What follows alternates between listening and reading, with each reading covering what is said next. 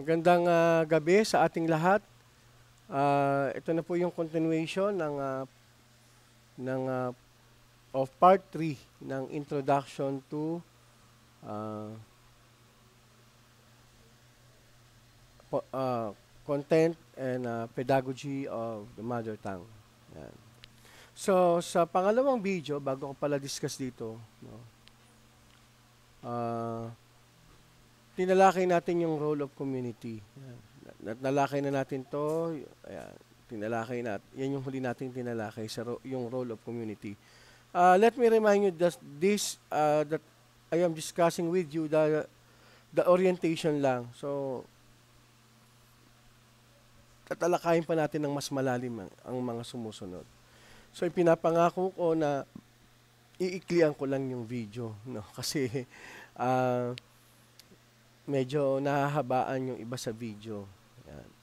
So, without further ado, let's start with the third part, no? The language mapping process. So, language mapping process. So, balikan natin, pag sinabing language mapping process, so, paano natin imamap? Kunyari, tayo, nandito tayo sa Rizal. Yan. So, kunyari, yung mga taga-DepEd, yan, o kaya yung bawat school, no? Pwedeng magkaroon ng data gathering. Yan. Sa data gathering, ano yung dapat gawin? Kung sa school level surveys, teachers or school heads collect information on the home languages of learners through enrollment forms or interviews with parents. Yan. So, yun, pinaka-mabilis yun, no? sa school. Ang gagawin, yung nasa mga academic heads o principal, sa pangunguna ng principal o sa ibang school, may director, no? Yan.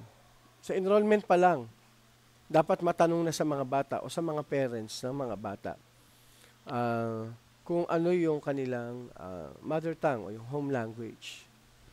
So, these are ideal, ideal process. Kasi in practice, medyo mahirap to. No? So, community language profiling. So, barangay and local census data may also be used to verify which languages or language are most prevalent. Yan.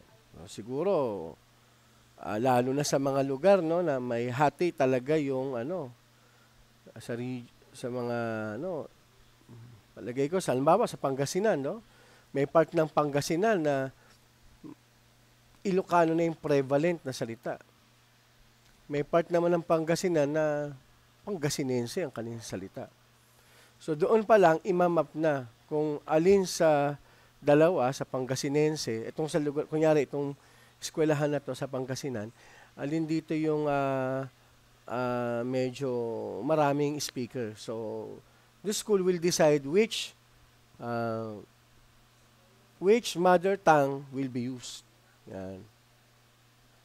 So, ayun nga, barangay or local census data may also be used to verify which language.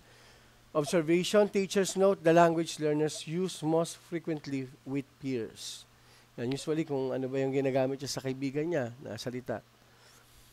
Dito sa Rizal, hindi naman masyadong kasi ang mangyayari talaga dyan, mag-a-adjust talaga yung mga estudyante, no? Kahit kayo, mga college students, di ba? Usually, yung mga yung mga talagang may mother tongue ng Bisaya, tsaka ng mga Ilocano, Bicolano, Kapampangan, something like that, nag-a-adjust na kayo sa, since meron na kayong kahit pa paano proficiency sa national language natin, sa Filipino. So, hindi na masyadong, hindi na masyadong issue yan sa atin.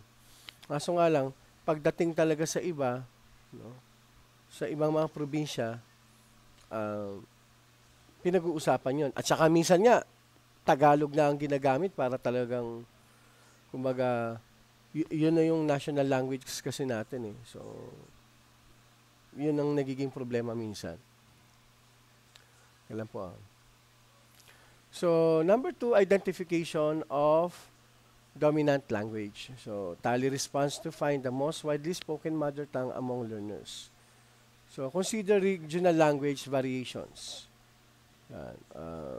Cebuano, Bisaya, and dialect differences. Yan. Yan yung identification of dominant language. So, pag alam na natin, kunyari dito, no? Ano ba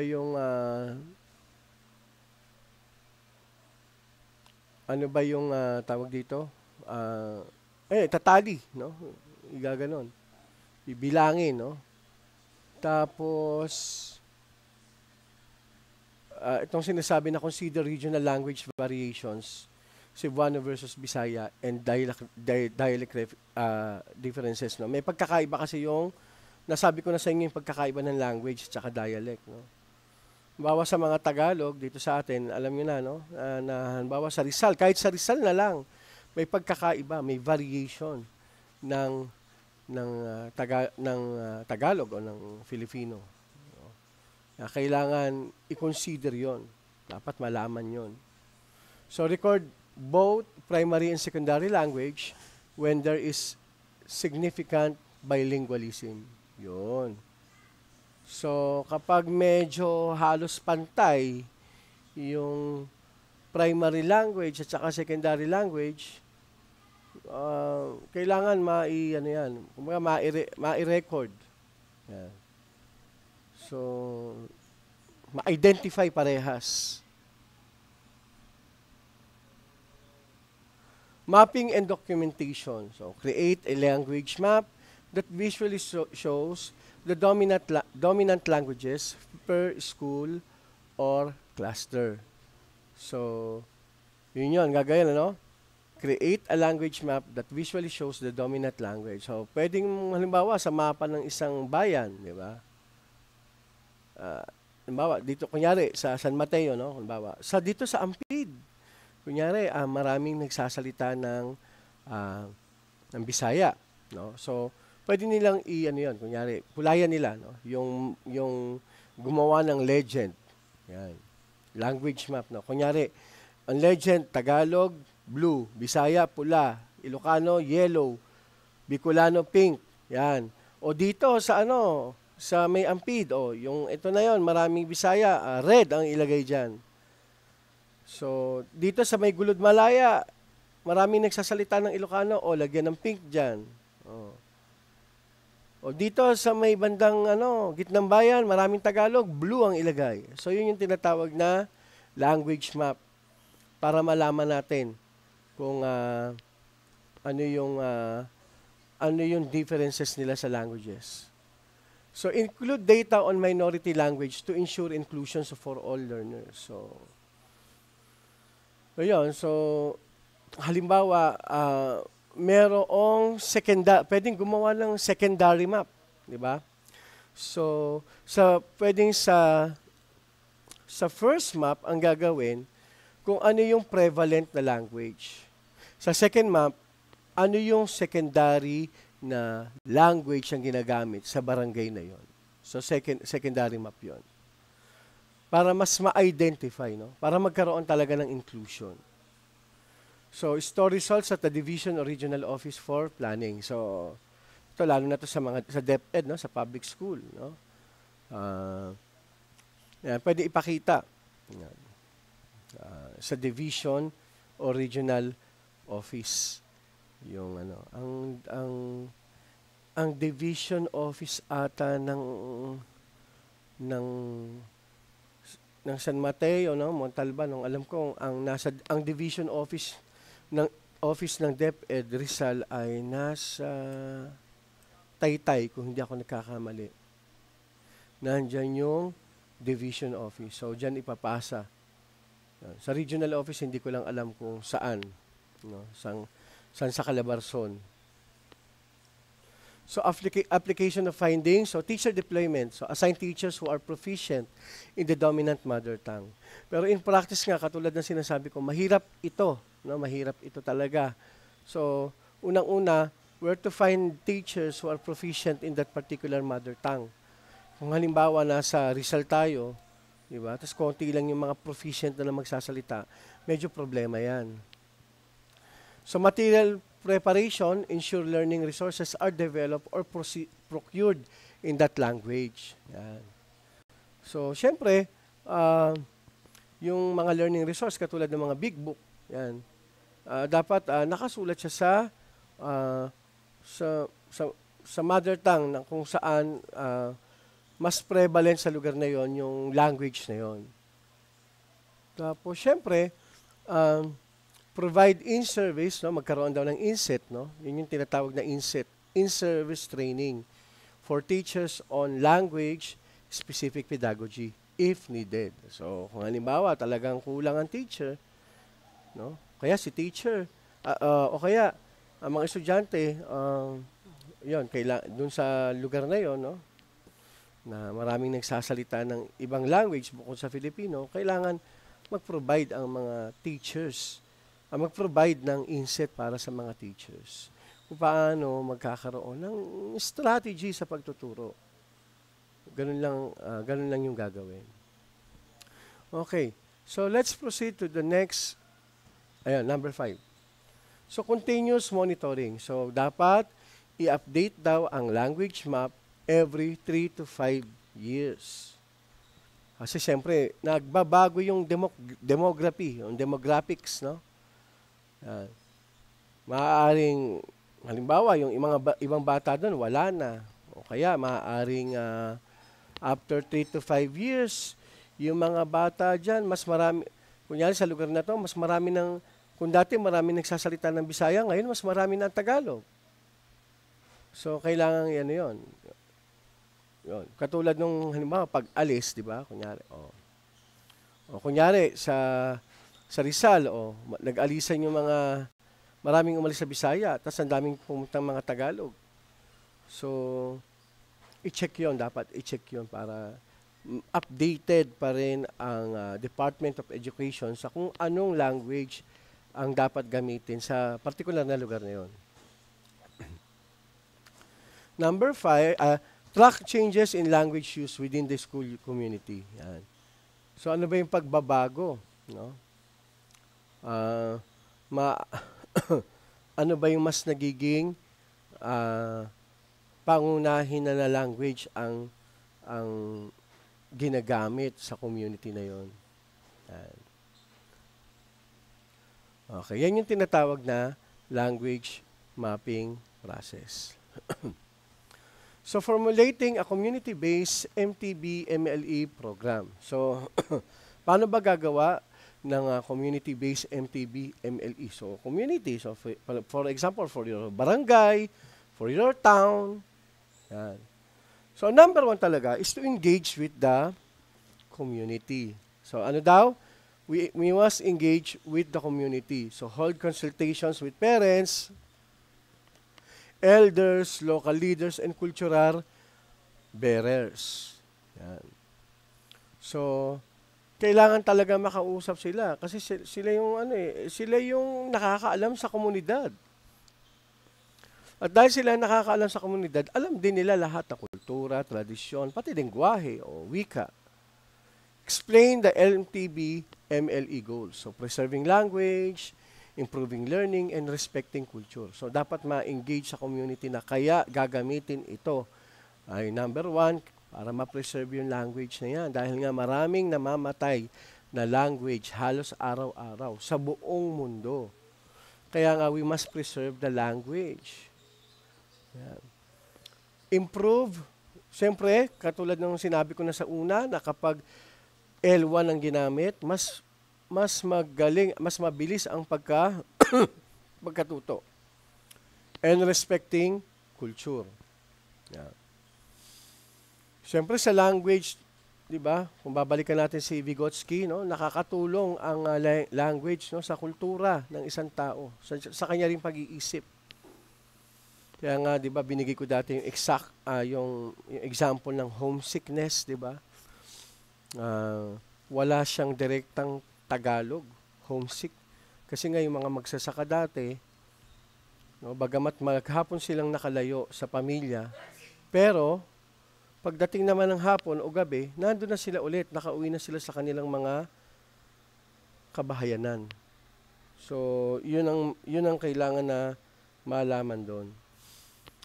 Tapos, gather community stories, traditions, and expectations. So, maganda rin yan. So, bakit magagather ng story? Yan yung gagamitin na, di ba? Bukod sa preserving the culture, the history of that certain community, magagamit pa nila yun, magagamit pa yun to promote the language in learning. Build trust and form a local language committee. Yan. Kailangan daw ng local language committee. Kailangan, itong committee na to, sila yung pwedeng mag-approve, no? Ng mga pwedeng spelling, ganyan, pwedeng yung grammar, sila nakakaalam dyan eh. Ganun po. So number 2, validate the language. So conduct language mapping to determine the dominant mother tongue in the area. Yan. Nasabi na natin yan, yung language mapping. Yan. So verify results, do survey, focus group discussion, observation in classroom, and identify the dialect variations. Yan. Confirm the language vitality and intergenerational use. Yun nga, kung kaya pa ba, no, nung language na yon na mag-survive at gagamitin pa siya, kailangan pa ba siyang gamitin ng mga susunod na henerasyon, no? Kung kaya pa ba, i-check yon. So, develop orthography. So, spelling, no? Work with linguists, elders, and teachers to standardize spelling, punctuation, and grammar rules. Kasi sa iba't ibang lugar sa Pilipinas, may iba't iba tayong paraan ng pagkakasabi ng ibang mga letra. Yan. Kaya nga, akala natin, when we read the language, nung una kong nabasa yung ang una kong basa doon sa Panagbenga. No, yun naman talaga ang unang basa ko, Panagbenga Festival sa Baguio. Pero may nagsabi sa akin na ang basa daw doon Panagbenga, parang ganon. Parang alanganing A at saka yung sa may E, sa may benga doon. Yun. So yung pa lang, di ba? Yung punctuation, di ba? So mas maganda daw na mag-decide on alphabet set. Ano ba yung mga alphabet na gagamitin? Actually, may kwento niya. Alam nyo ba, sa Indonesia, may isang community sa Indonesia na, kasi dati wala silang writing system. So, nagkaroon sila ng committee, no?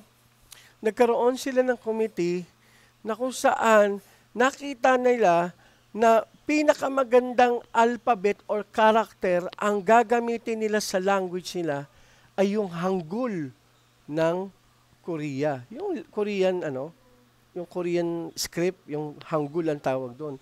Yun ang ginagamit nila ngayon. Hindi, siyempre, yung pronunciation nun, iba na. Nakuha nyo? Hindi na yung katulad sa South Korea. Siyempre, parang sa atin, di ba? Sa English, di ba? Tsaka sa Filipino, ibang-iba ang gamit nila sa mga letters sa English alphabet. Ibang-iba rin sa atin. Sa atin, masyadong straightforward. Sa kanila, pwedeng yung OU, na spelling, pwedeng maging A, tough. Pwedeng maging thorough. Pwedeng maging though.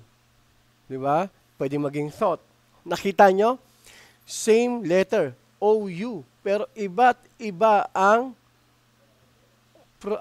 pagkaka-pronounce. Nakakuha nyo ba? Nadagdagan na ng letter, nabawasan lang ng letter, na iba na. Di ba? Okay. So, yun yung dapat na pag-aralan, no? Yung writing convention for sounds unique to the language. Sa Vietnamese, yung kanilang, parang alphabet, yung alphabet pa rin, Greco-Roman alphabet, pero may madaming mga stresses silang ginagamit. Yan, nakikita nyo. Kaya pag nakita mo, kaya nga dati nung pumunta ako sa Vietnam, no, akala ko yung kanilang yung national costume nila na pambabae, akala ko ang basa doon, Auday. Kasi ganun ang spelling A-O tapos D-A-I. Auday. Yung pala, ang basa nila sa D ay Y. Kaya ang Umuulan, pasensya na po. Kaya ang basa pala doon ay hindi auday, kundi auyay. Yan. So, pilot the orthography in schools and community publications. So, sa school talaga yan, sa community. Ganyan yung ginawa ng community sa Indonesia. At revise based on feedback. Teka. Yan, so last na lang. Please bear with me, umuulan na. So, create instructional material. So, post ko muna, umuulan eh. Ayun po. So, balik tayo, no? Tumigil yung ulan. So, create instructional material. So, importante ito. So, develop storybooks, yan, big books, primers, charts, and visual aids in the mother tongue. Yan, kailangan yan. Ano ba mga storybooks yan na kaya ako kayo pinagagawa ng storybook ngayon. Nakuha nyo? Sa mother tongue. Para meron tayong materials na pwedeng gamitin, di ba? Yan. Sana ma-materialize talaga yung story, yung big book na yan. Kasi pag maganda talaga yung product, pwede nating i-donate yan sa San Mateo Municipal College Library for future references. Di ba? Galingan nyo Galingan nyo talaga yung pagkakagawa. Okay? So, primer, so yung mga paunang yan yung ibig sabihin ng primer. Ano ba yung mga basic concepts, ganyan. Tsaka charts and visual aids in the mother tongue. Yan. So, when you create visual aids, no, lalo na pang elementary education, dapat malalaki talaga yung letra niyan, ha? Malalaki para kita hanggang sa likod. Dapat ang visual aid ay pantulong visual, hindi yung masakit sa mata. Nakuha nyo? Kaya nga siya visual aids. No? Visual aids. Kasi nga, para makatulong sa pagkatuto, hindi sasakit lalo ng mata ng mga estudyante, yung mga bata. No? Kawawa naman sila. Ha? Yan. So, incorporate local culture and context into lessons. Yun. Kaya kailangan ng mga elder tsaka ng mga local leaders.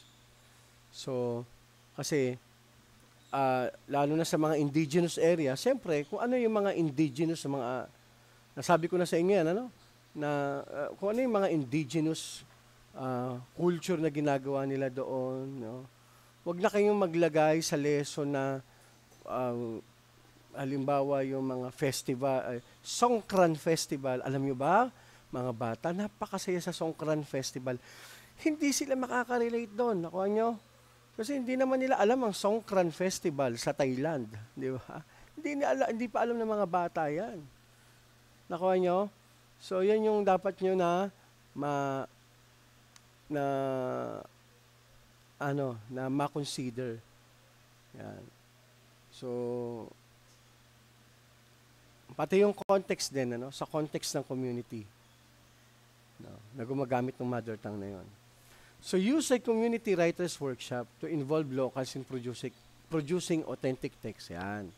So, yan, pwedeng gawin yan ng kunyari, school, di ba? Magpa-contest sila.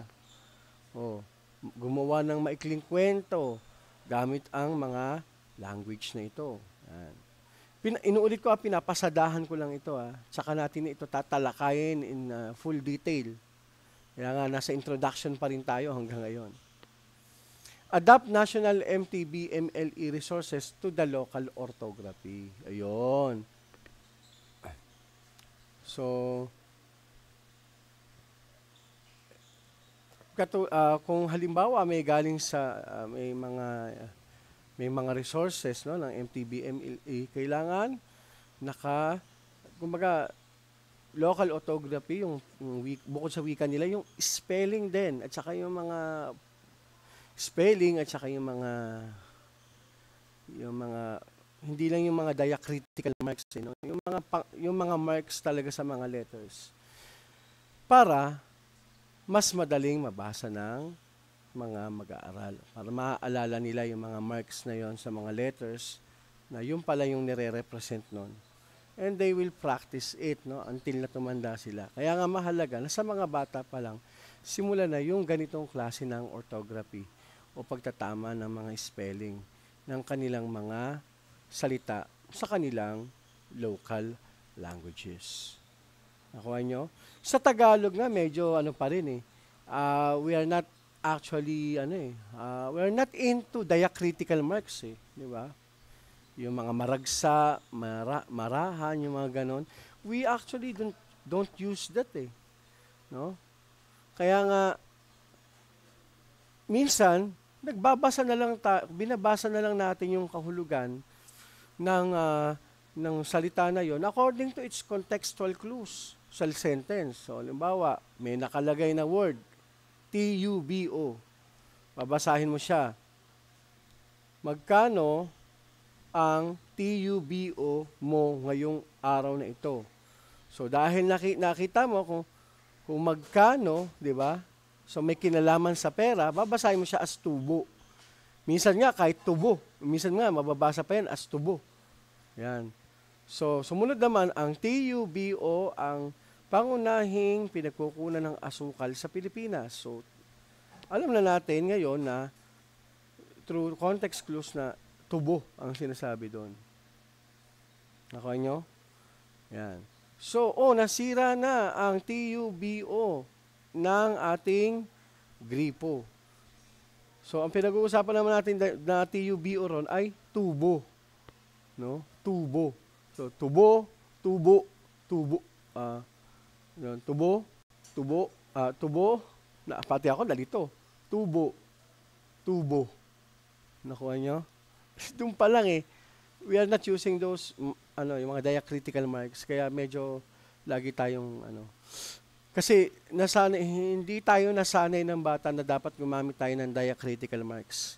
Naituro lang sa amin yan nung college na kami. Sa sining ng pakikipagtalastasan ata yan. Sa sining ng pakikipagtalastasan. O sa retorika. So imagine mo college na. So medyo mahina na ang doon. Kumbaga yung pick up ba, hindi na namin makakasanayan. Siguro magagamit lang namin yan. At during that time na college kami, hirap na hirap pa rin kami na gamitin yung mga diacritical marks. Kaya nga napaka-critical talaga ng pag-aaral ng mga ganito sa elementarya pa lang o sa preschool pa lang, sa elementarya, no? Sa elementary, dapat ma-hone na yung skills sa mga bata na gumamit ng ganito para we don't need contextual clues anymore. So we can define it, no? Ang dami na ngang enclitic sa Filipino language na dadagdagan pa siya, no? Yung enclitic, ito yung mga salita na yun, kailangan mo muna ng sentence bago mo maintindihan. Nakuha nyo? So, ayun lang naman. Maraming salamat. So, ito yung ipinangako ko na napakaikli lang ng video lesson para hindi kayo mahirapan. Okay? Maraming salamat at paalam po sa ating lahat. God bless. Good day.